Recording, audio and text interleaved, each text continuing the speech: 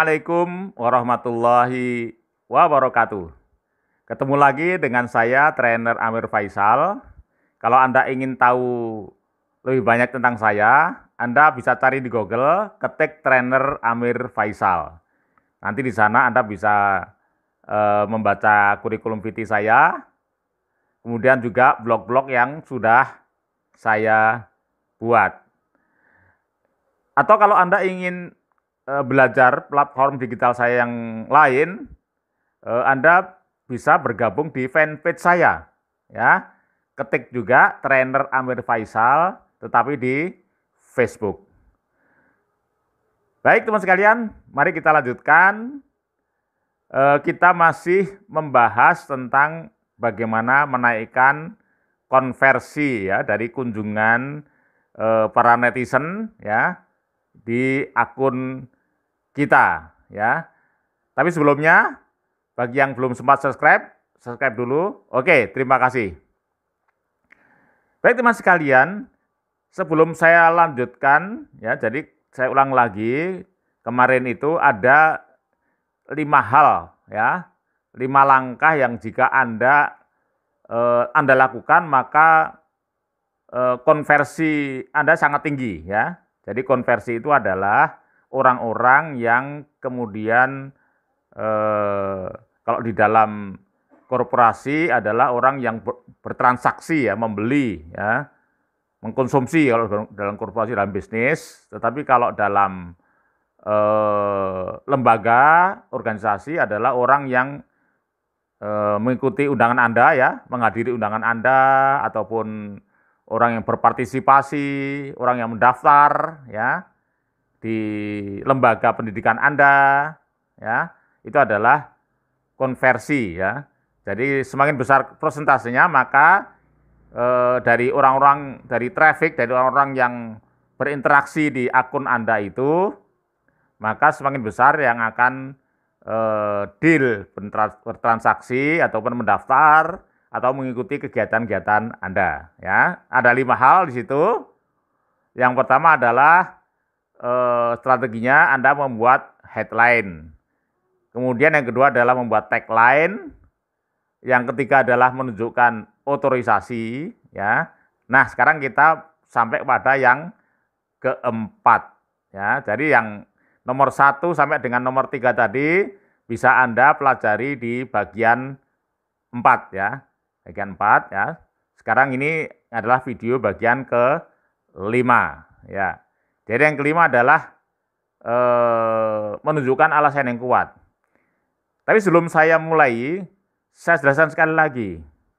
Jadi sekali lagi, begitu Anda memasuki dunia digital ya, begitu Anda mempromosikan ya organisasi Anda, lembaga Anda, korporasi Anda di media sosial, maka Anda harus ingat bahwa Anda berlomba dengan jutaan akun yang lain. Ini harus dipahami ya. Jadi kesempatan orang ini ya, kesempatan orang untuk melihat akun kita ini sangat, persentase sangat kecil banget. Ya, jadi kalau sampai tidak menarik, maka ya dia akan lewat gitu saja. Ya, contohnya misalnya Anda punya fanpage, punya Facebook, ya, punya Instagram, ya. Kalau Anda tidak gunakan strategi tadi, maka begitu dia muncul, dia langsung hilang. Ya, tapi kalau Anda gunakan, maka dia akan orang menjadi tertarik, ya. Antara lain kemarin dengan membuat desain yang bagus, dengan garapan copywriting yang bagus, ya. Kemudian dengan tadi membuat tagline dan headline yang surprise dan impresif. Nah, ini yang perlu diingat. Jadi begitu melihat begitu muncul dia di layar, langsung dia tertarik untuk mempelajari lebih lanjut. Nah sekarang yang keempat adalah memberikan alasan. Ya. Jadi alasan ini saya ambilkan dari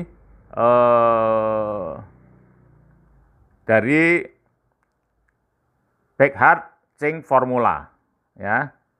Jadi Beckhart ini dia sudah membuat riset. Ya, membuat riset. kalau Anda tampilkan ya alasan ini, Anda munculkan alasan ini, Anda tunjukkan alasan-alasan ini, kebanyakan orang menjadi terimpresi, terkesan, ya.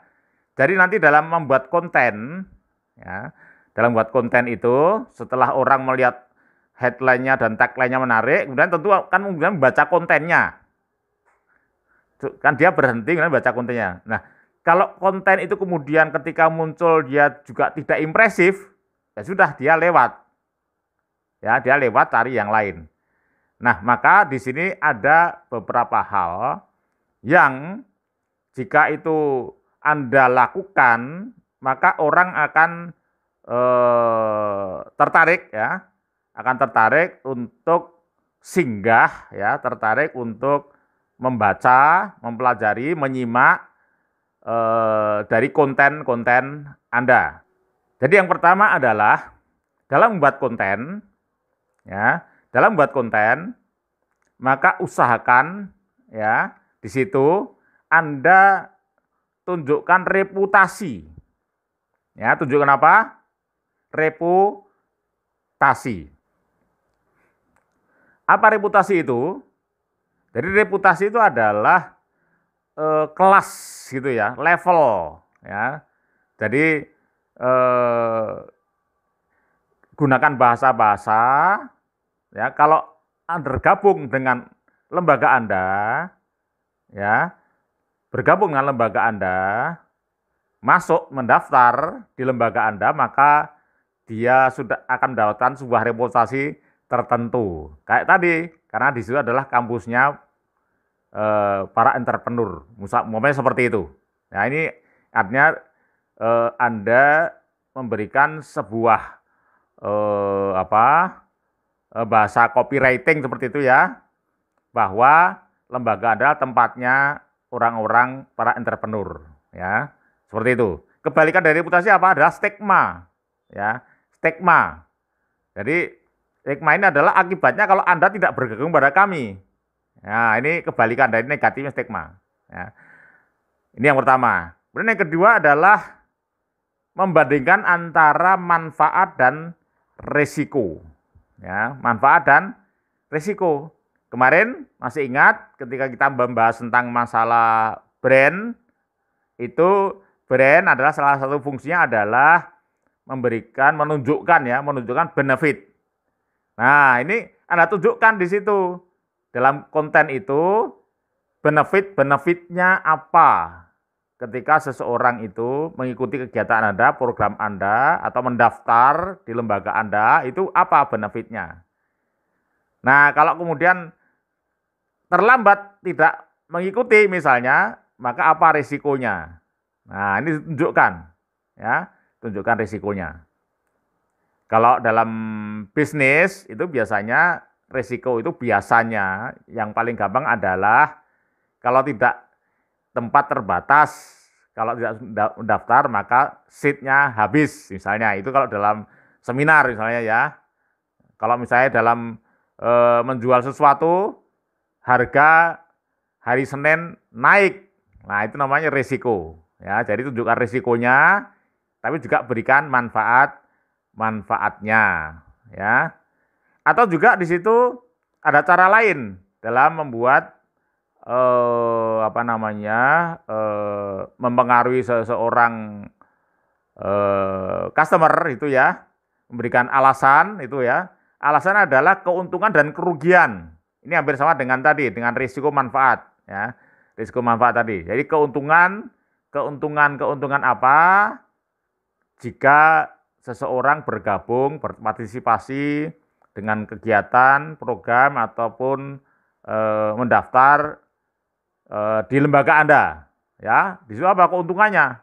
Nah, ya kemudian dibandingkan dengan kerugiannya. Jadi kerugian apa? Kehilangan peluang apa kalau Anda tidak bergabung di sana? Nah, ini salah satu bagaimana Anda memberikan alasan-alasan kepada netizen, ya, kepada para pengunjung akun Anda dalam membuat konten, ya. Kemudian yang terakhir biasanya juga pengaruh juga kalau itu berkaitan dengan uang. Ya, biasanya orang berpikir juga, ya, di situ tunjukkan resiko biaya, tetapi juga keuntungannya tadi ya. Jadi orang akan berpikir, tunjukkan bahwa ketika dia mengeluarkan biaya tertentu itu adalah merupakan investasi, ya, merupakan investasi yang tidak rugi, ya. Nah itu biasanya dia bisa dengan perbandingan-perbandingan lembaga-lembaga yang lain, ya, dan juga benefit-benefit di tempat Anda yang diperoleh tadi, ini juga terkait dengan kemarin dalam buat tagline itu, ya. Jadi nanti orang akan mempertimbangkan itu. Jadi orang tidak akan tidak akan sayang mengeluarkan uang yang besar kalau memang dia benefitnya nyata. Ya, yang kelima adalah testimoni, ya. Jadi testimoni itu adalah pengakuan, ya, endorsement dari kalangan tertentu, ya, kalangan tertentu atau alumni, bisa kalau itu perguruan tinggi alumni yang sekarang sudah jadi orang, dia diminta untuk membuat testimoni. Ya, kadang-kadang ini mengejutkan karena banyak sekali tokoh-tokoh itu justru seringkali dia lulusan dari perguruan tinggi yang tidak begitu terkenal. Ya, bukan perguruan tinggi yang utama malahan. Nah, ini penting sekali. Orang seperti itu bisa kita minta untuk membuat testimoni, kemudian kita upload di akun kita. Ya, itu bisa menaikkan konversi. Baik teman sekalian, jadi kita sudah bicara banyak tentang bagaimana bagaimana kita memasarkan, mempromosikan brand, ya, memarketkan lembaga, korporasi atau organisasi kita di media sosial, ya, sudah sampai 5 bagian, ya, 5 episode, ya, mudah-mudahan bisa memberikan manfaat pada Anda, ya. Sampai ketemu lagi di dalam platform digital yang akan datang. Sekian, Assalamualaikum warahmatullahi wabarakatuh.